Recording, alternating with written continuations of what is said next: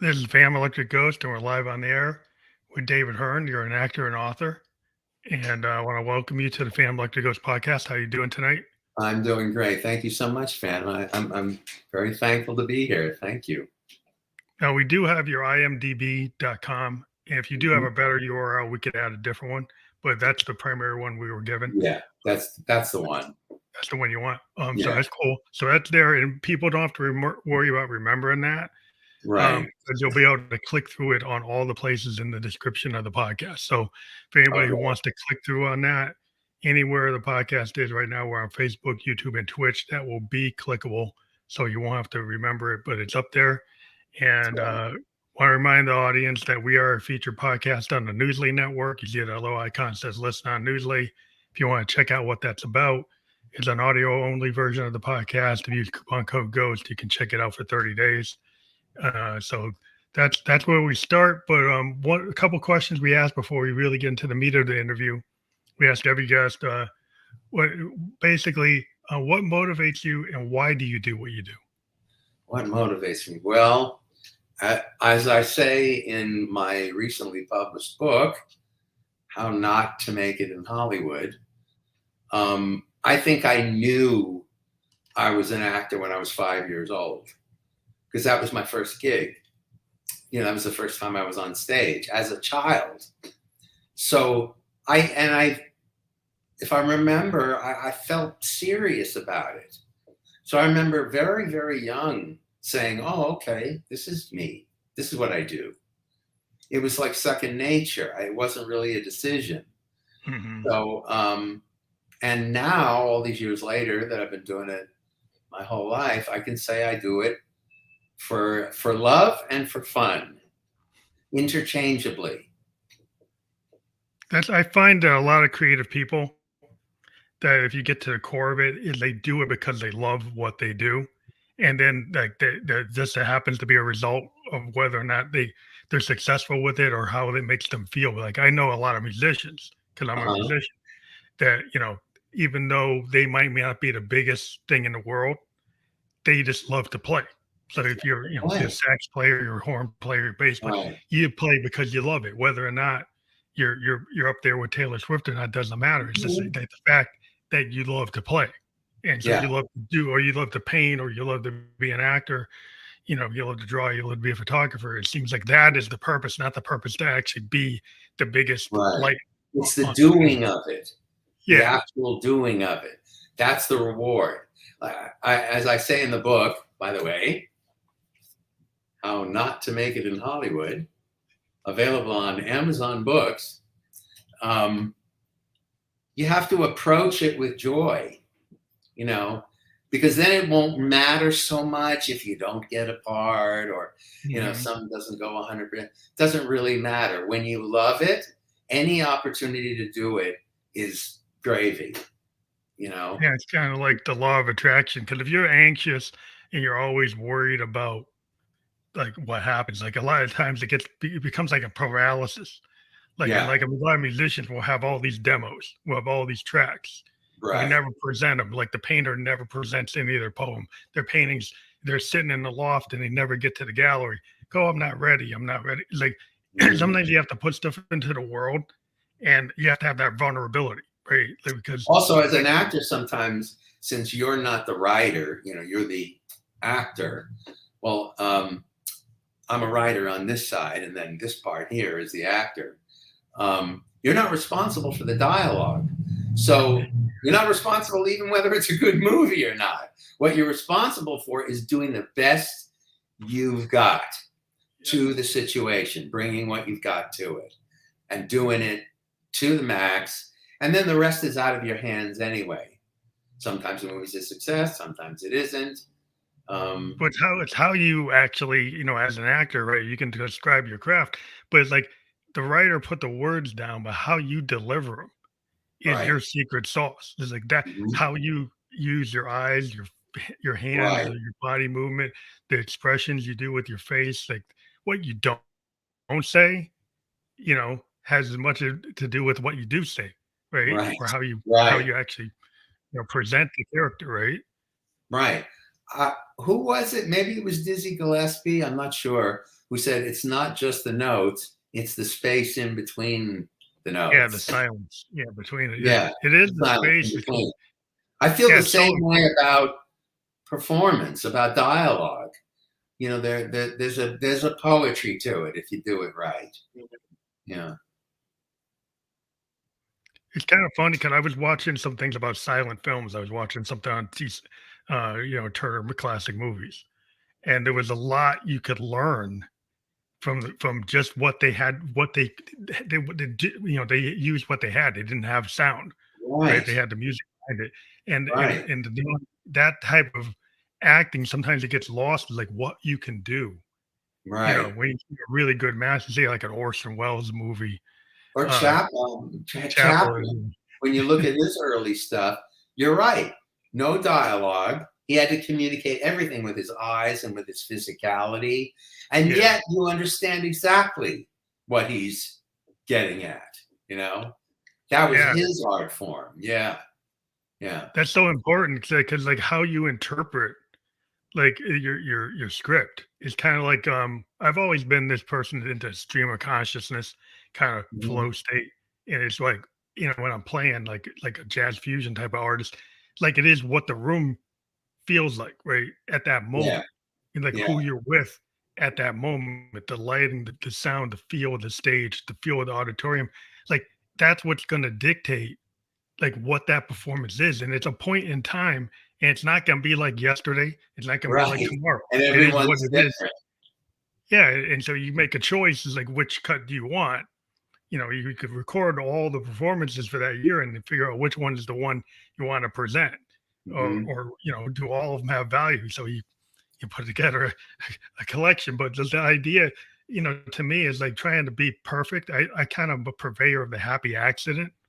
I don't know what your thoughts about that is like how much you No, go no, into no. trying to Some of get the best something line down, deliveries happen that way. Yeah. Just a flu or whatever, something that happens in the moment. Yeah. Yeah, absolutely. especially Um, like in stage plays, right? Like you do stage plays.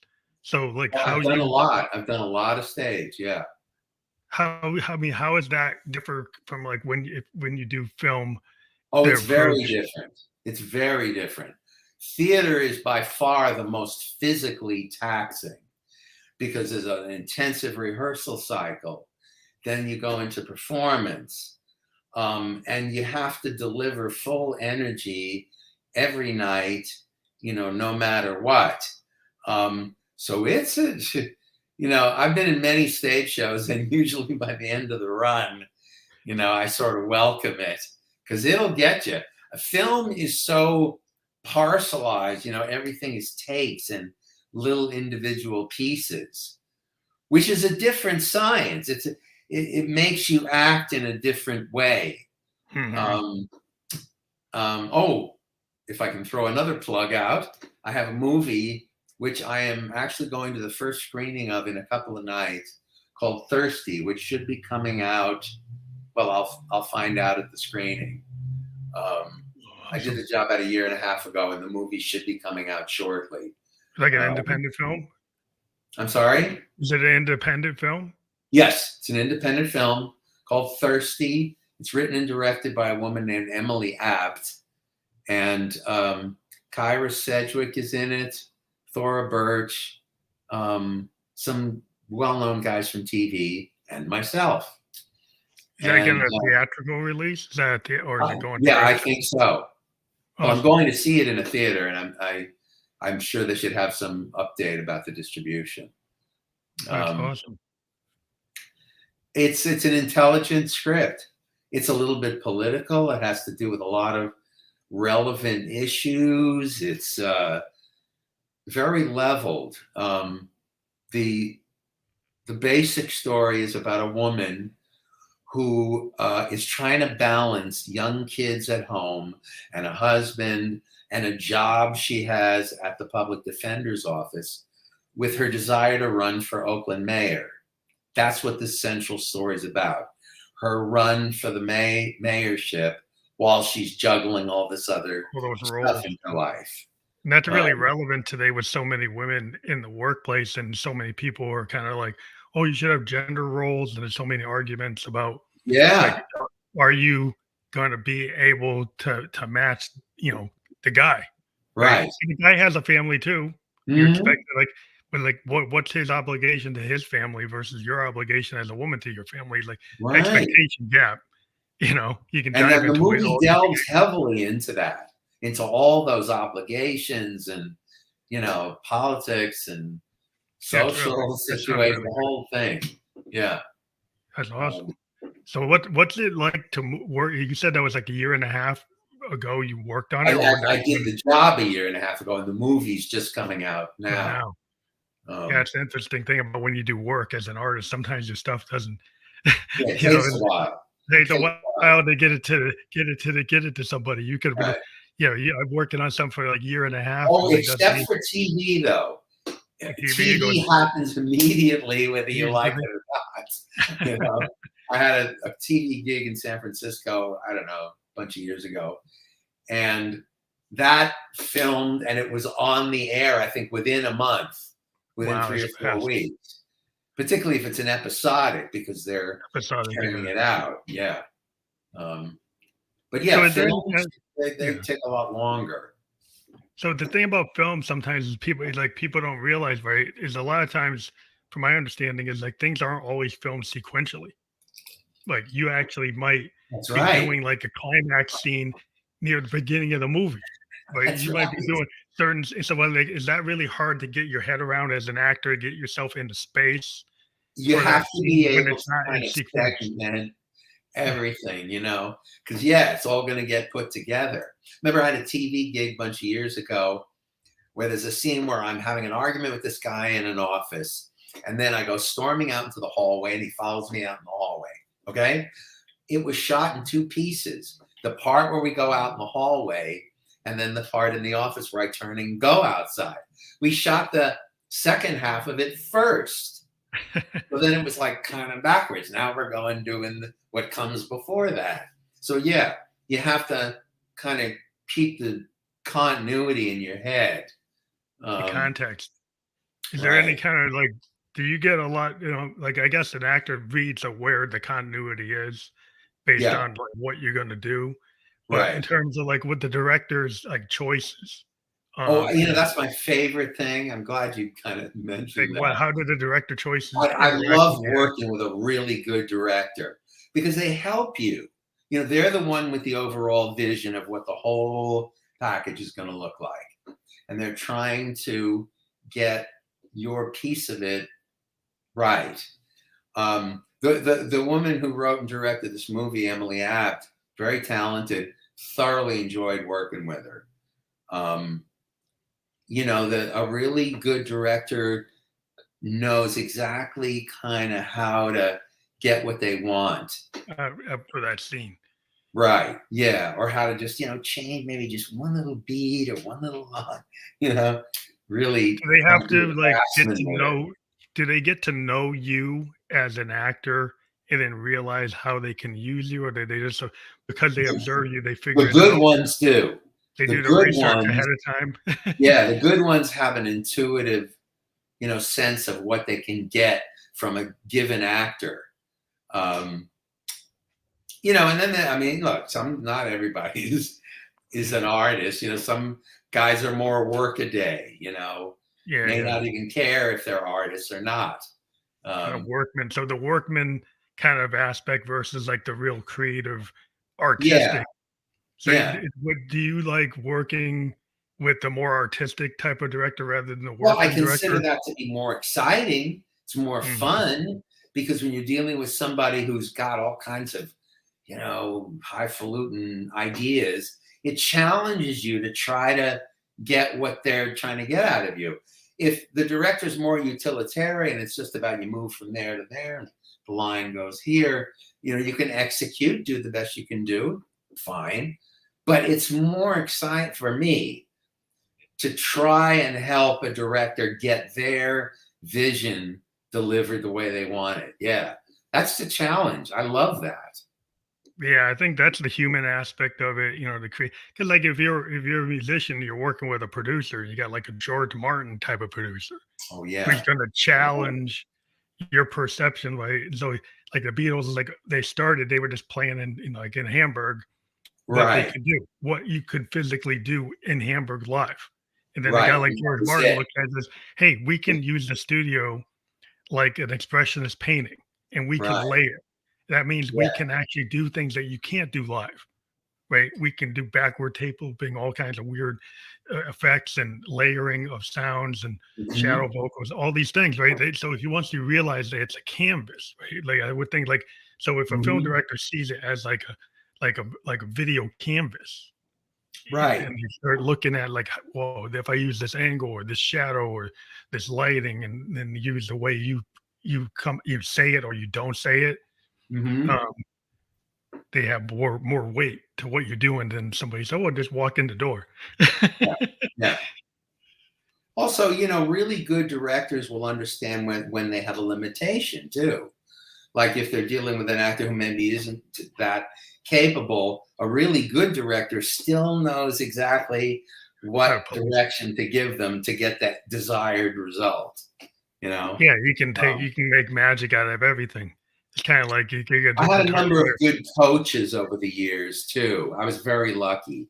I studied with a lot of really good character actor instructors. So in Um, terms of your story as an actor, like you said, you start very young, like yeah. 5, 6 years old. When did you feel like you had a it sounded like you already knew you wanted to be in it, Oh but yeah. when did do you ever felt that, like, you were I guess, do you like to feel like David Bowie had this statement about art? He's like, "I like to put myself where I'm treading water because I don't feel as creative if I just, like, can just know I'm gonna just ace it. It's Right. not interesting to me. I wanna put myself in a In the situation book, where it's a challenge." I talk a little bit about live auditioning, which unfortunately COVID kind of turned that into a thing of the past. But I used to love the danger of that. It was Mhm. really exciting. Walk into a strange room of people you never met and just go for it, Go for it. Mhm. deliver. It's like a major league at bat. You're going to Yeah. swing for the fences, or maybe you're going to strike out. But Yeah. the excitement of it was fun. Unfortunately, this I kind of nowadays most auditions are home taped. Oh, wow. You drop it in a So you're not able Dropbox, to get and that live feel. So you can't yeah, get the li nobody's doing it live even though they could do live and right. not But I mean, there was something. When you walk in and there's actual people there, it's you have a different. miniature audience. There's some Yeah, it's like energy to live work with. TV, like doing a live TV, like when they used to do like Playhouse 90, Right, to be able right. to do a Playhouse 90 versus a Twilight Zone that's filmed, right? Hmm. Rod Serling, like you do a Playhouse 90, you got to get it, that's live. So Yes. there's something about that that's really intoxicating My to me. my father was a stand-up comedian and worked in the early days of live television. He was on soap operas. Oh, wow. Um, I don't know, man, it might have been Days of Our Lives. I mean, it was one of the earliest soaps. Oops. Um, and he would tell me about that. Um, That's a really cool. I mean, I yeah. remember, well, I'm always like, I'm into like a lot of classic TV, and I would go back and look at the tapes of those Playhouse 90s, Mhm. like Requiem for a Heavyweight, but Oh, yeah. Yeah. but Great stuff. yeah, Great stuff. yeah, it was even a season of the Twilight Zone where they actually did some of them live, from my Oh, understanding, yeah. Uh-huh. and Wow. well, you can see the difference in the film, like when you actually see the it actually looks different than Yeah. the ones that were like actually filmed, you know, in the can versus the ones that were live. They say have a different Mhm. look to them. Mhm. But so that just it's just interesting. As you were talking about your dad was known for like his appearance in the Rob Reiner film, like Yes. Harry Met Sally, right? Hern Met Sally, yeah. Um, he my father was the best man at Carl Reiner's wedding, and Carl's son Rob Reiner directed Harry Met Sally. Oh wow, So my father was in the movie, um, playing kind of a silly old character with his wife sitting next to him. Um, you know, it's funny. My father was a very intellectual guy, and yet he always got cast as a little bit more, you know, kindly old little simpleton, old Jewish guy. So it was always funny to see him playing those kind of roles, you know, because I guess that's what Interesting. he looked like. Oh, it's kind of like what his feel was, but like on his appearance. Yeah, It's like, okay, we can use that. right. So, have you ever felt like the typecasting type of thing, or because you're more like in a situation where you are able to pick the kind of roles you want? Are you kind of put? Well, um, there are casting directors, which it's their job to kind of sort people into groups that are recognizable. In fact, in the early days when I was looking for an agent, which was one of the hardest things for some reason in LA, I used to hear, well, we already have someone of your type. And I would think, really? You have a Dave Hern type? What type might that be? Your kind of Um, surface level impressions. right. And so I said, well, wait a minute. What if he's busy doing a job and then a Dave Hern role comes up? You might need me. So, you know, I got tired of those kind of stupid arguments. It's like, come on, just sign me and get me to the auditions. Yeah, it's kind of like you gotta be able to get in front of somebody and show what you can Yeah, do yeah. You can't versus take somebody your shot if they don't give you a let you in chance. the shooting gallery. Yes. Yeah, yeah, yeah, definitely. That's always like the rub today. Like they think everybody's got to have 100% of something without like taking the chance. Everybody wants to be Yeah. so Yeah. certain that you got 100, like you've done, like maybe you don't want somebody that hasn't done that before. Oh, you know, Maybe that's the advantage. every great actor, every single great actor has some turkeys. Every single one, because not every movie is good. And if you want to work, you got to work. So you know, Yep. even the greatest actor in the world has a couple of turkeys they'd rather not talk about. But that comes in the box. That's part of the Yeah. deal. Yeah, it's part of the deal. I mean, you got to give, it's the chicken egg. It's like, when you gonna get the experience when you let me do the role? Mhm. Right. You Right. gotta let me do it. It's like, how am I ever gonna get there? Um, but like maybe you're I've talking done about some like which, easy yeah, stuff. but you were talking about like how actors get parts in movies, and you're talking about the agent. Are there other ways Right. besides the agent in the booking Right. agents and things like that? Is there other? Agent and casting director, they're the two big players. You know, every show or movie has a casting director. The casting director interacts with all the agents who are busy submitting pictures and resumes of their clients, try and get them work. Casting director's job to sort of narrow it down and get just a little handful of actors who fit the general category of the character that they're looking for. And then you go in and you get it or you don't. Um, Mhm. What's the I kind of, is there any kind of secret sauce to the chemistry between actors?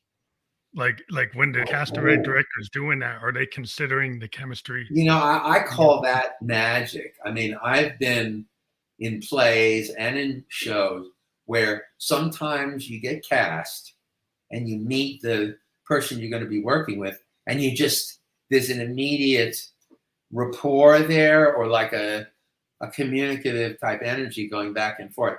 That happened on one TV show. I met up the actor. I hadn't even met him. I was already cast opposite this guy, and we just got right into the rhythm. It was great.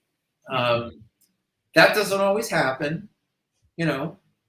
You can't always kind of get the mix you're looking for. Um, but yeah, at least for me, I've immediately noticed when that's happening. You can You feel know, it. when It's I like got the vibe. You get the yeah, vibe. You get right, it's kind of like in your band, right? If you're in a band and you're putting the band together, you get right. the drummer and the How bass well player. do you guys play together? Yeah, Yeah, like if there's nonverbal communication, it's like you immediately drummer just immediately plays the right drum patterns that go with the right. bass guitar player and doesn't have to tell. Like what I like, I've Yeah, run into this. If you got to ask me what key we're in, you got to ask me what the chords are. Like you ask me, like the time, and like you can't hear it. Like if you got that, then usually probably not playing with you. What's your instrument? I'm a keyboardist, Your synthesis. So keyboard. I play Oh, like well, I'm a synthesis, so I actually do sound design. So I have mhm. Moogs and old Oh, school modulars, and like I'm not one of these new kids just playing like samplers.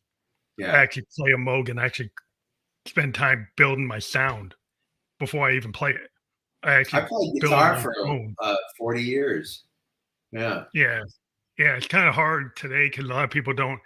They want you to just walk in with a CDJ and not sound Oh, check. And like uh-huh. my stuff, you have to sound check. Mhm. You know, they want you to just walk in with a SD card and go onto a laptop. I'm like, that's not how I play. But that's a whole nother conversation. Right. But what do you think of like what's going on with the technology and people thinking, Well, I will say this, and I rarely pay much attention to what's going on with the union. I am in the Screen Actors Guild. I only pay attention when something relevant's going on.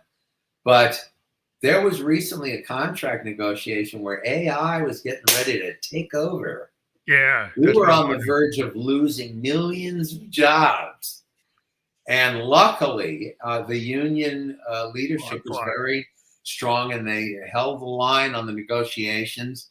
And AI has been, put aside contractually to maintain these jobs for actors. So I'm very glad about that. Um, I think it's real important because the problem with the tech is sometimes the tech gets ahead. Just because you can yeah, do something doesn't mean you should actually do it. So the problem with the tech people is they have this mountain to climb and they hit the top of the mountain and they don't think about, well, you know what you just did? They all they care mhm, about is they're so narrowly focused on reaching that mountaintop of technological mhm, innovation. They don't consider like I've actually run into some AI technologists because I'm in mhm. software that don't seem to have a respect for artists at all. They There just are AI actors, yeah, I completely, understand you that. know, I'm kind of wary of it. I'm very yeah. wary of So, it I mean, because that makes somebody like me useless. well, they Why want to should say we spit pay in an your face actor? and just put like people in use your face and then license it, and Yeah. then eventually have AI robotics take your voice Hmm. and totally like CGI you into a scene. And if you sign the contract in the wrong way legally, you won't be Right. working anymore. In the old days when they were shooting things like Cleopatra and those type of movies, they had, thousands of extras on a Yeah. huge sound stage. Now we're gonna just dump them in Nowadays, there. they can generate the extras around the edges and Yeah. just shoot the leads. I still think Yeah. it changes the feel. Like if you have a movie and you're a director, and if you actually want to go big, like a Francis Ford Coppola or something, you're doing some big, like I think there's a reason to have that vibe. But Mhm. I guess from a cost perspective, it's like okay, we're going to cut the cost. But Mhm. are the cost cutting like angle versus like the creative angle? Like does that get to like certain directors might have the weight to say, hey, I'm not doing that because I Mhm. need to have that feel for this scene and I want it to be big and I want to Mhm. go big. I want to do this big epic. Yeah. I like that. I hope, I still, hold out hope that over the years, while I'm still here, that I get to work with some more really, really talented director, producer type people. I've Yeah, been guys. lucky up to this point. I think so. I really hope it continues. Um, But I think it's really important to think about the creative spark.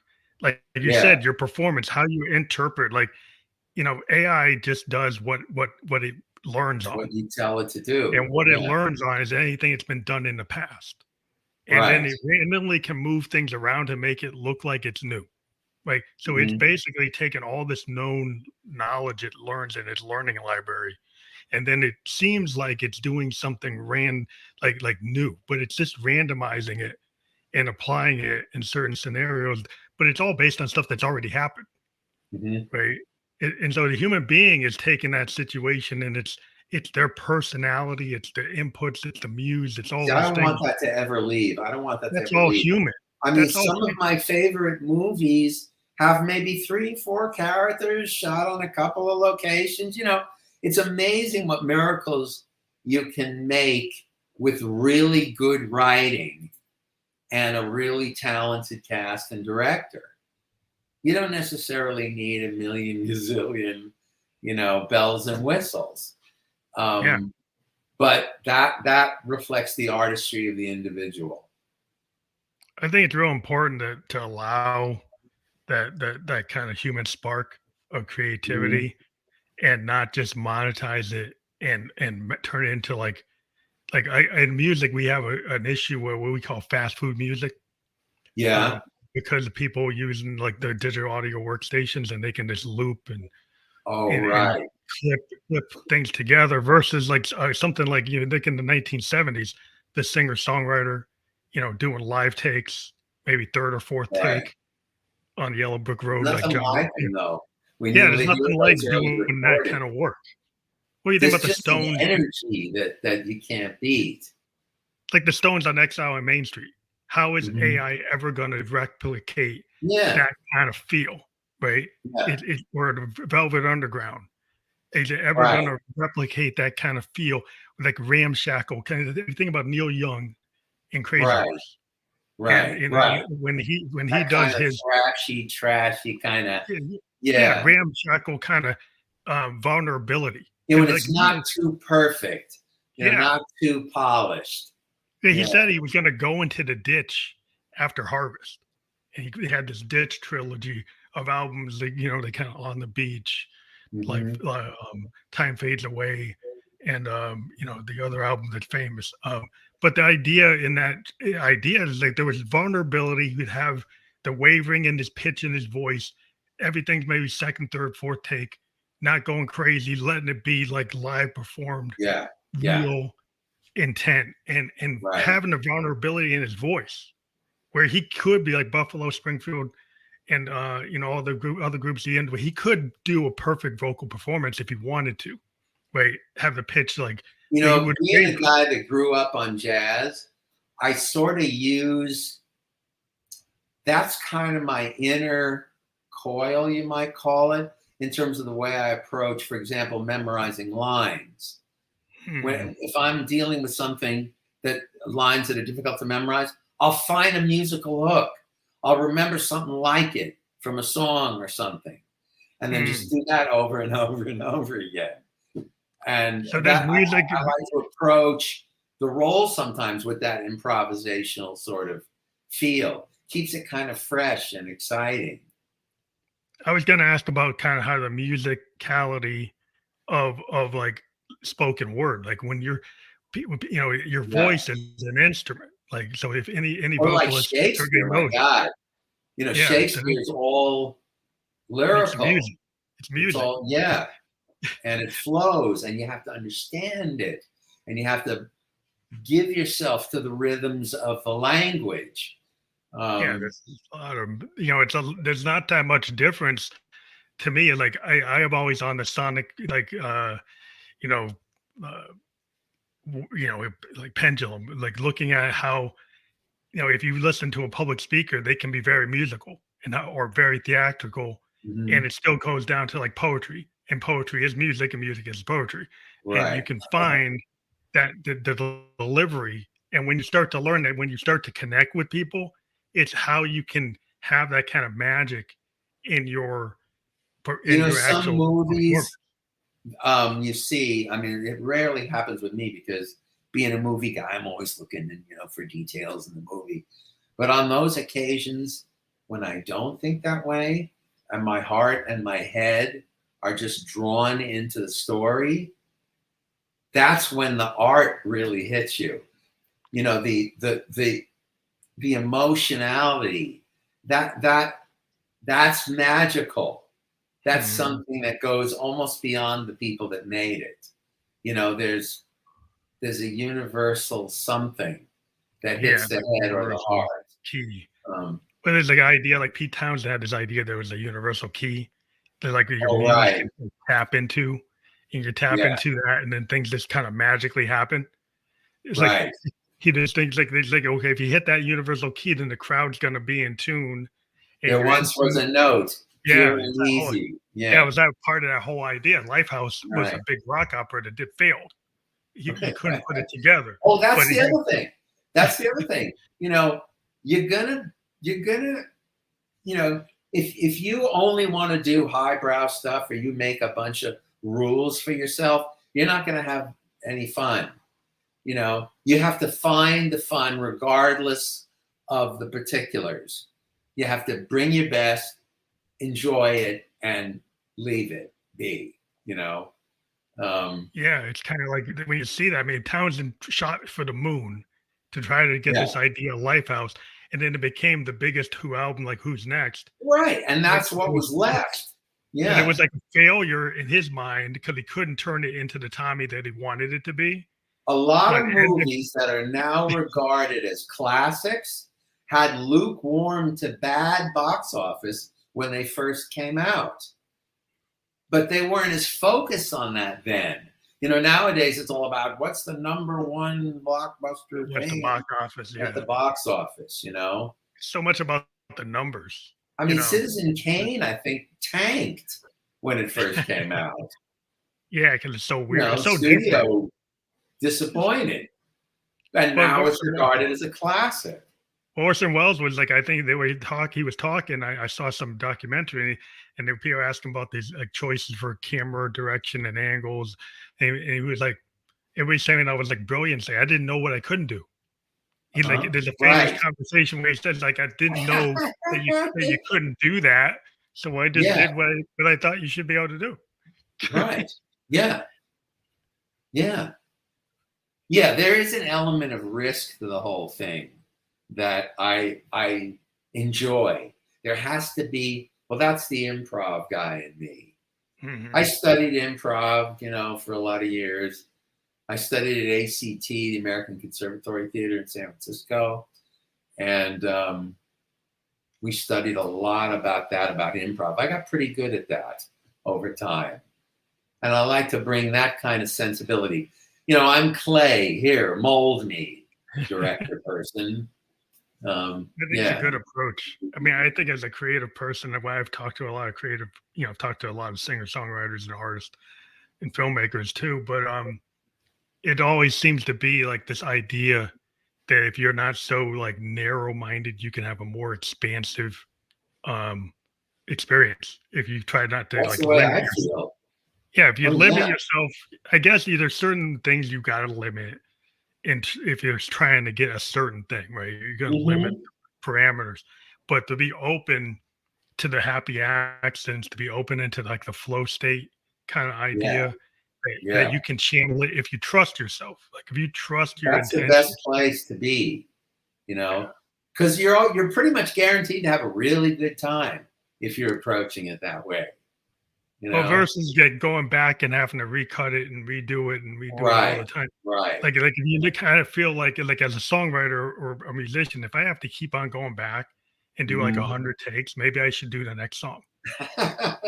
Maybe I like if I have something that flows, like it's just coming together. It's like, wow, Mhm. that's like something really coming together. And Yeah. you just let it happen, right? Mhm. Rather than trying to be really anal about like, oh, every little bar I gotta do this. Is like, no. You're like, why don't you just let it be? Kind of like, Right. yeah, Right. because the stuff that I try to compose, it'll work like 1 out of 100. The things I just let go, those tend to work like Oh, with you like know, I was full gonna force. mention that, the writer part of me, I think counterbalances the actor part of me because we were just talking about this dynamic. When I'm in the Mhm. writer mode, I'm the opposite. I'm extremely detail oriented. I'm very structure guy. Mm. You know, I'm very plot and character oriented, and I beat myself up. I set the bar very high when I'm working on a writing project. It's kind of the Oh, that's opposite. It's like the interesting. actor needs looseness and space to fine things. And the writer needs structure and balance and order to things. That's So interesting. So you have that dichotomy of yeah. having both sides, which I think is also it's always good to have a kind of reference point Hmm. to look at it and say, well, what can I kind of cross mix? Yeah. It's Yeah. like because some things are kind of like, what does that serve this project to do this, or does this project require something else? And so Hmm. And you sometimes the never template know. is You fluid. never know what's coming Yeah, at you. yeah, Yeah. your template could be fluid or be willing to change it. I've gone to auditions where going in, I'll read the sides and I'll see who the character is, and I'll know in my gut I'm not right for it. Oh wow. This guy isn't me. Some tough guy, cop, character, whatever. Certain things, I just know this is. I go in, I give it my best anyway. I mean, Did you throw a ever Hail get a Mary part pass. like that? Did you ever get a part where you thought I don't really fit, and then they picked you? I think that happened on a stage play one time. I kind of didn't care, and the audition didn't go so well, and they ended up casting me in a leading part in the thing. Um, so yeah, that happens occasionally. You never know, and I always caution other actors to remember that there are all kinds of factors at work that you might not know about. There may be Mhm. things about the character that they're thinking, or what if he looked like this? You never know what they're going in with. So it behooves you to kind of roll with it. That's interesting. Yeah, it's Let it kind of like be. yeah, you kind of got to be like you said. You got to be able to be like clay and mold to the Right. situation. If you have too much of a preconceived, you know, this has got to be like this, Hmm. then you're probably not in the Yeah, I right. saved that for the writing because there's nobody there to overrule me. I'm the one making the decision. Um, but not with acting. So what was the impetus to actually write How Not to Make It in Hollywood? Like what was Well, the you that's a know, really interesting title. what I thought of was my life down there was not atypical. There's thousands of actors who, are out there slogging away at it. And I kind of thought, whenever you go in the bookstore, there's always so and so's biography or a story about so and so. Here's how Marilyn Monroe became a star, that kind of stuff. And I thought, nobody's ever written about all the thousands of actors who aren't necessarily stars, but actually work in the business. Working actor, And yeah. they're sort of the unknown actors. In fact, the book is dedicated to the unknown actor. Kind of like the working musician, like the studio musicians that nobody really Mhm. knows. Like the Funk Brothers, no people know them now. But at the time, the people were like, "Well, like who's doing it?" Well, Barry Gordy's doing it. Also, I Who else really is doing it? wanted to make my story kind of a cautionary tale. I'm very honest about my screw ups.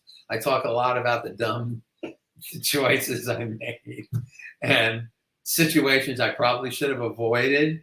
Um, and I try to clue in the reader to avoid that stuff. So like Here's lessons learned. the dumb thing I did. Don't do that. So it's sort of a reverse advice book. How not to make it in Hollywood. How this is Well, what that's not to interesting. do. It's like a lessons learned. You're actually teaching. Right, In a way, like you're paying it forward to the next generation of people right. who And read I your book. say also in the book that I wish there had been such a book available to me when I first came down there. I really could have used some guidance and advice and a little pat on the back, somebody to steer you in the right direction. Um, Which I hope the book that's serves that important function. because a lot of times everybody. Well, I think like it's really important for a book like yours to exist because like so many people are always focused on the apex alpha level people. They Right. never think that's not everybody in any industry. Yeah. right? Like there's more room than that, and you might think, well, I can't do it unless I'm gonna come off, you know, Hmm. like Orson Welles. I'm gonna be, you know, Right. you know, I'm gonna be like, one of these Or apex some actors people. aren't satisfied if they're not a superstar. You know, like I have to be number one or have to be in the top 10. You know, I don't really care about that. I'm more interested in working, Yeah, you're working. hopefully It's as like a much as working possible. musician. Yeah, the Yeah. working musicians, a lot of times they're not household names, but Hmm. they're working, and they can be working and actually doing okay, and they're loving what they do. A lot And of my coaches down in Hollywood were working character actors who did coaching on the side.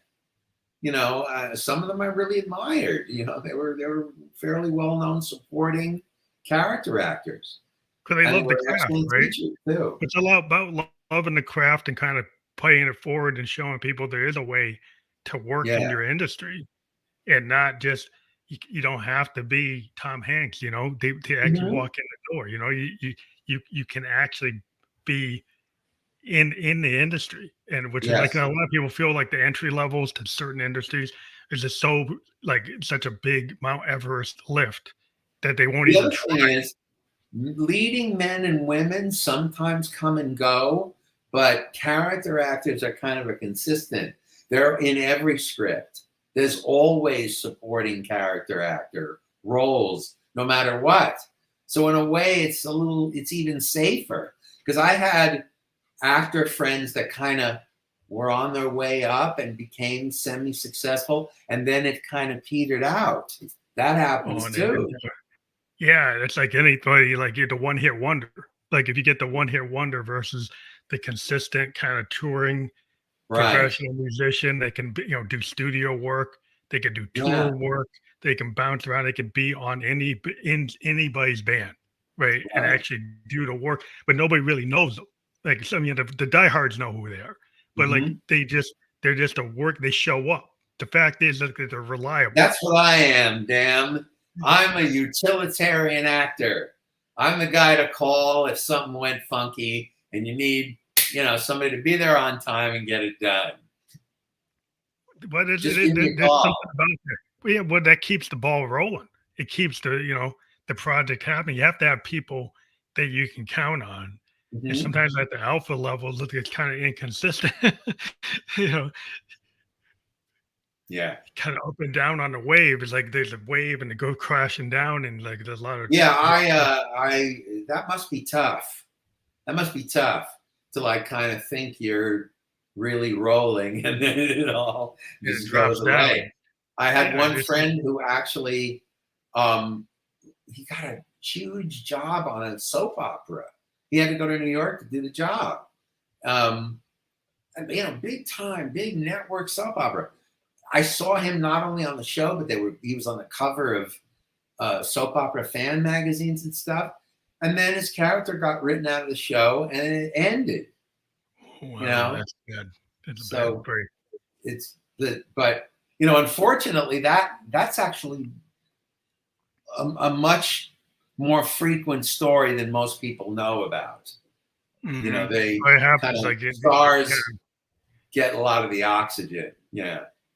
well, yeah, because the problem is like if you get tagged, like unlike like where you're a working artist, and then you get tagged in that role, Hmm. right, and then the role goes away, it might be harder to transition into the kind of utilitarian or Yeah. where you could be on multiple projects because nobody's typecasting you into that or Right. or seeing you as that. But once somebody sees you as like that one hit wonder, like you're always playing that song. Like every My time you my come my on stage. father had a couple of roles on TV as a judge. Back in the 80s, he was on LA Law. So because he played a judge on that show, two other shows called him with a judge Keep on putting him part on the judge. because he Yeah. was the judge. He Here got on comes Law and again. Order, he rotated. Yeah. But I do that thing on Law and Order when I recognize sometimes an actor will come in, they'll be the criminal. And then later you'll Oh, see them right. be the DA. And later they'll be the detective. Because, oh, I like this guy. Let's bring him back, but we're gonna change him and act like you never saw him. and he's actually now he's the DA, and he was the criminal before. Mhm. Bad guys are fun. Criminals Yeah, and maniacs, they're a lot of fun. yeah. It's probably easier to play the bad guy than the good guy. Is that the I truth? had Is like one you rather part play a where I bad guy did than a good actually guy? get to play a maniac once. Oh Yeah. yeah. Is it? Do you feel better when you're playing like the that type of character? Like, Yeah, yeah, because it's a challenge.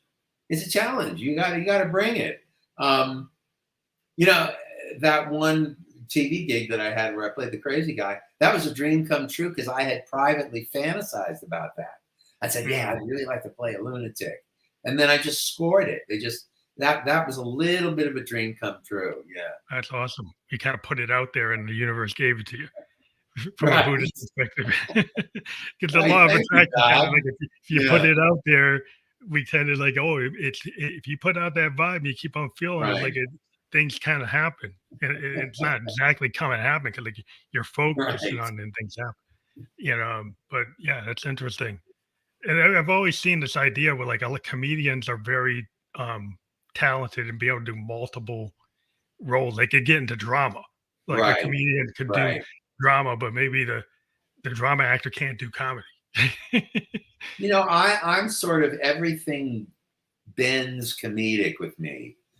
Even sometimes in writing, sometimes I think I'm writing something serious, but it'll be coming out funny anyway. Um, so I guess comedy is fun like that, but drama is just as big a challenge. I kind Mhm. of enjoy them both just as much because they're challenges in different ways, Different ways, depending yeah, upon to what the come at it. material is. Yeah, to come at it from that comedic perspective. But usually in comedy, there's some level of tragedy in it. Yeah, if it's good. If it's Yeah, good and that you figure how to pull it, you know, right. how to actually carry it over. But there's Mhm. usually some aspect of it that's deeper than what it appears to be.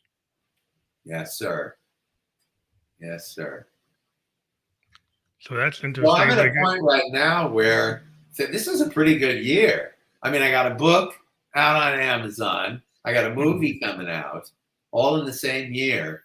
So, and my birthday was last week. So this Does is that kind of situation kind of lead to more work because you're on a kind of roll? Like if well, you we'll get see on a what roll, happens when this movie comes out. I mhm, felt really good about doing it, and I think it's an intelligent script. It's going to be a good movie, um, and then we'll see. See if the phone rings. is that how your agent like pitches the next thing? Because they show you, okay, Right, you right, do this, and and then you, also how well the movie's received.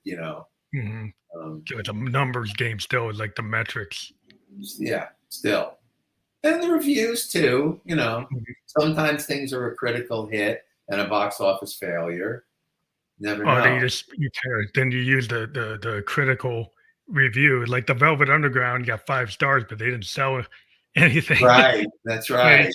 but the 5 stars gets you the opportunity, to work with Bowie and do Walk on the Wild Side. Right, right. So it's like sometimes it's like if you can get to the right people to see something, and like the New York Oh critics like yes. give you a good review, is there certain like sets of critics that are better than others to give you like the right pump up? Oh God, the critics. uh,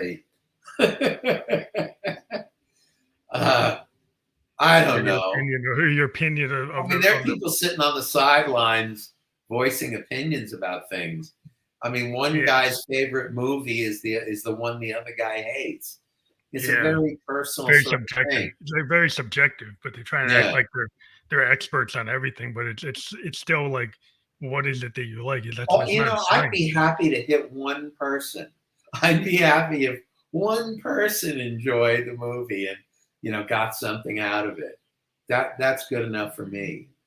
Um, you're trying to communicate with people, so if that communication gets across, that's gravy. Um, Yeah, like you said, sometimes things are not initially received, and then later yeah, they're understood. and then So it's they're kind of in history. They're regarded as classics. Yeah, there's a lot of I watch a Turner movie classic movie channel. I'm watching a lot of stuff, that, you go back and say, well, this didn't really work. And then like, well, everybody today knows this is a really big thing. But at the time Mhm. it came out, it wasn't a big thing. And you're like, Uh-huh. wow. And you Right. don't know that until you hear about it. Like, well, this is then you actually hear the real story. And like, wow, Mhm. this wasn't as well received as like it is now. Kind of like William Blake as a poet. Like he wasn't known in the Victorian era. He Uh-huh. as a Victorian poet, he was only known after he was gone. Oh, so in that vein, I write in the book about John Wilkes Booth's older brother. John Wilkes Booth's older brother, Edwin Booth, was a renowned Shakespearean actor. In his day, he was called like the best Hamlet of the time. Oh wow. So all his life, John Wilkes Booth was kind of overshadowed by the grandeur of his brother's success. And I was always sort of interested in that particular grudge of his, because that plus his Confederate sympathies, I think led up to that, him shooting the president. You gotta kind of understand like the motivations if you actually detail it beyond that. Like, Also was in a theater. He was an actor, the whole theatrical deal. Yeah. It's a different way to look at it. I have a chapter on that. Yeah. Well, that's a deep, it's always interesting to kind of look at, things from all sides with tendency to focus on the kind of obvious side. That's easier to carry over than actually look at the multifaceted aspects. Right. And as I guess as an actor, that's like when you get a character to actually implement. I think probably when I read a script, it's probably like you when you're reading music, and you're reading it for the feel and the rhythm and the characters and I can usually tell right away when I read a script whether there's a character there I can do or not. I know immediately. Mm-hmm. Oh, that's the guy. I can do that guy. Yeah. Yeah, what you can bring to it, right? So you know how you're gonna approach it and give it like the person that's you. You're gonna give it David Hern treatment. Correct. The David Hern treatment. That's the best treatment you can get. So I want to thank you again for being a guest on the Family Electric Ghost podcast. Absolutely, Mr. Phantom, man. People know they should check out your book. Maybe put your book up again so they can see yes. it. It's available on Amazon Books. How Not to Make It in Hollywood. And look for Thirsty, opening hopefully at a theater near you relatively soon. That's awesome. And if any of your viewers want to get a hold of me for some reason, I'm on LinkedIn. That's the best way to get a message to me. Oh, LinkedIn. Okay. Just look up my name, David Hern, Hern, on LinkedIn, and you can send me a message. And thank you very much, Phantom, for your musical expertise and your probing questions. Well, I'm glad you enjoyed it. Everybody know we are live on Facebook, YouTube, and Twitch.